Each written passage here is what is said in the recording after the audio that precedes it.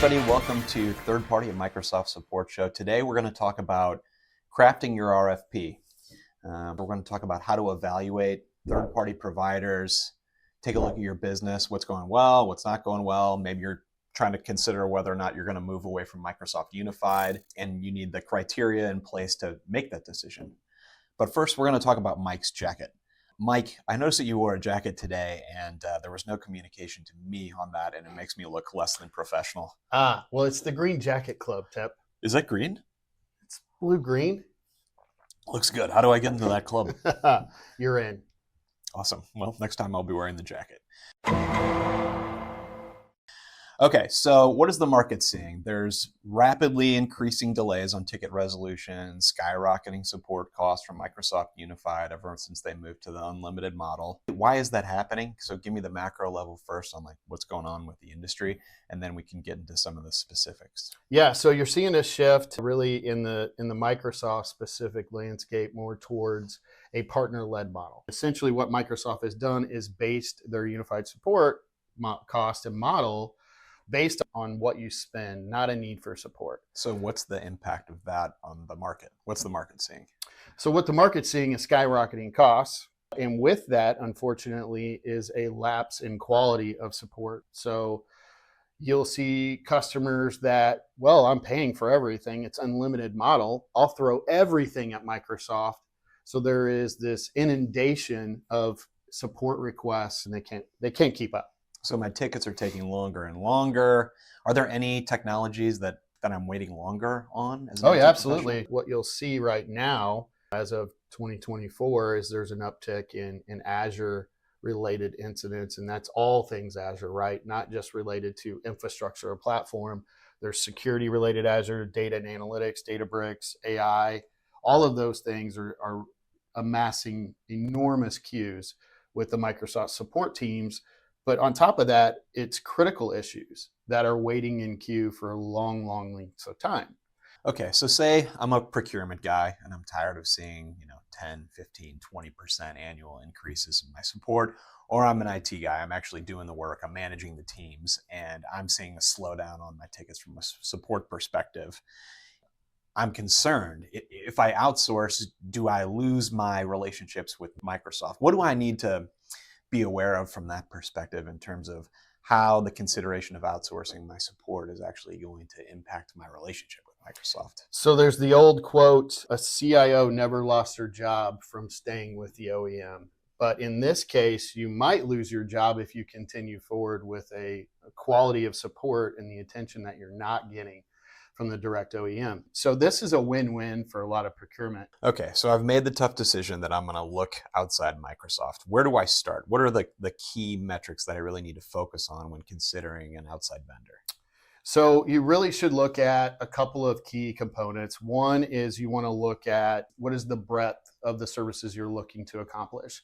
Especially in the Microsoft stack, there's a lot of different technology areas that you could look at. Be very clear on what your organization's direction is and what you're looking for. Are you looking for a partner that is providing just the support services? Are you looking at replacing your licensing purchasing through potentially a partner versus Microsoft? Or are you looking at more transactional partners that are selling you software services ad hoc or hardware? Second, what type of organization from an IT perspective do you have? What kind of skill sets do you have? What kind of skill sets are you lacking in? And then three, it's really about the service delivery model. Do I need 24/7 support? Do I need US-based support versus anywhere in the world? What type of time zones do I need to support within my organization if you're a global or international customer? You brought up the licensing piece. Do I need to consider licensing and support at the same time? Are those two inextricably linked, or can I do the support consideration at a different time than when I'm considering? No, you can absolutely. And I would actually encourage customers when they're doing this to look at them as different exercises. When you're looking at licensing, specifically if you're an EA customer or you're doing an MCA, a Microsoft Customer Agreement, which are kind of the popular agreements nowadays, you definitely want to look at both, but not necessarily tied together, because one partner will be very specialized in the licensing aspect, but can't necessarily support the type of need your organization requires for those products. So I say keep them separate. Yes, you may find a partner that can also fulfill the CSP or cloud solution provider role that can sell the licensing to you as well. That doesn't mean that they're capable of supporting an enterprise customer. Okay, so I've spent the time, I've done my homework, and now I'm finally ready to actually put together an RFP. What are the top things that need to go in that? What do I need to consider? Every RFP is going to have 10 substantial areas that you're going to focus on or want to focus on. One of 10 is like your intro. What scope are you looking for? You're saying, hey, our company is going out. We're doing this. We're looking for Microsoft support, whatever your itinerary or definition of what your RFPing is. Second, you're going to look at a scope of work, right? So what is included in this RFP? Are we looking for Microsoft support specifically? Are you looking for proactive licensing, purchasing? 3, you're going to look at your technical requirements. What SLAs do I need behind that? What type of service model will work for our organization? If you're looking to compare Microsoft, you want a partner that is specialized in the Microsoft stack, not, hey, it's one of 20 things that we do in our organization.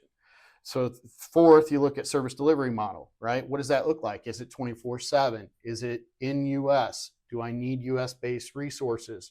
If I don't care, where is their model of delivery? How do they staff across all of those global international areas? 5, you're going to look at vendor requirements. Vendor requirements will typically look at what type of client references can you provide? Do you provide references? Do you provide a paid trial? Is this a 1-year, 3-year minimum commitment on my end? You need to be able to negotiate what you're looking for. So if you're looking for a 1 year, which I typically will always recommend to customers, stick with a 1-year plan, especially on your support. The next one's going to be around service management. And from that standpoint, when you're looking at service management, you're talking about SLAs. How does that partner deliver the service from an SLA? Are they financially backed or are they not? Do they have skin in the game? Are they contractual? If they miss an SLA, what happens? That's when I have an engineer engaged and actively troubleshooting towards the issue. Do you have escalation SLAs? So if you can't resolve it, how long do you hold on to it? What kind of KPIs do you provide as part of the service? Do you have defined KPI sets? Can you share those with me? Can we talk through what those mean to a customer, aka me, when I'm looking at your service? Then there's reporting. Do you have the ability to be transparent with your information? Do I have access to my ticketing system? Do I have access to time log entries in case I want to look at or do an audit on the service provider? Do you have the ability to escalate to Microsoft and manage that on behalf of me, the customer? It's very important. Next is more around the pricing model. Is it unlimited? Is it a consumption-based model? How do you price this? How do you estimate the pricing for this during the RFP? There's a lot of things that go into the pricing. It's all negotiable, right? Submission deadlines. I need to have a submission deadline. Next is kind of your evaluation criteria. So you want to look at, how do I evaluate the vendors once the RFP is received? You need to have a very well-defined selection criteria. I can't stress it enough. It's important for procurement to work with their IT stakeholders to define what that service should look like in the quality that they expect the partner to provide. And then last, it's really around additional information. I call it the appendix. Anything extra outside of those 9 areas could be questions and clarifications that you allow in the submission deadlines for that. It could be your RFP schedule. This is what our proposed timeline schedule is to all the candidates that are trying to sign up for it. Any legal confidentiality requirements that you have, it's good to put those in there as well. So all of those 10 areas kind of come together to really kind of shape that RFP model. Wow, so a lot of categories. So Mike, where can I go to get an example of that RFP? You can either speak to us or you can go to our website, and we actually have articles and blogs specifically for how to craft an RFP. Nice, almost like we prepared for that one. We did kind of prepare for that one. Okay, at the end of the day, how much should I be projecting savings wise? Like, what do I need to finally make that decision? Okay, we're going to try this thing. Yeah.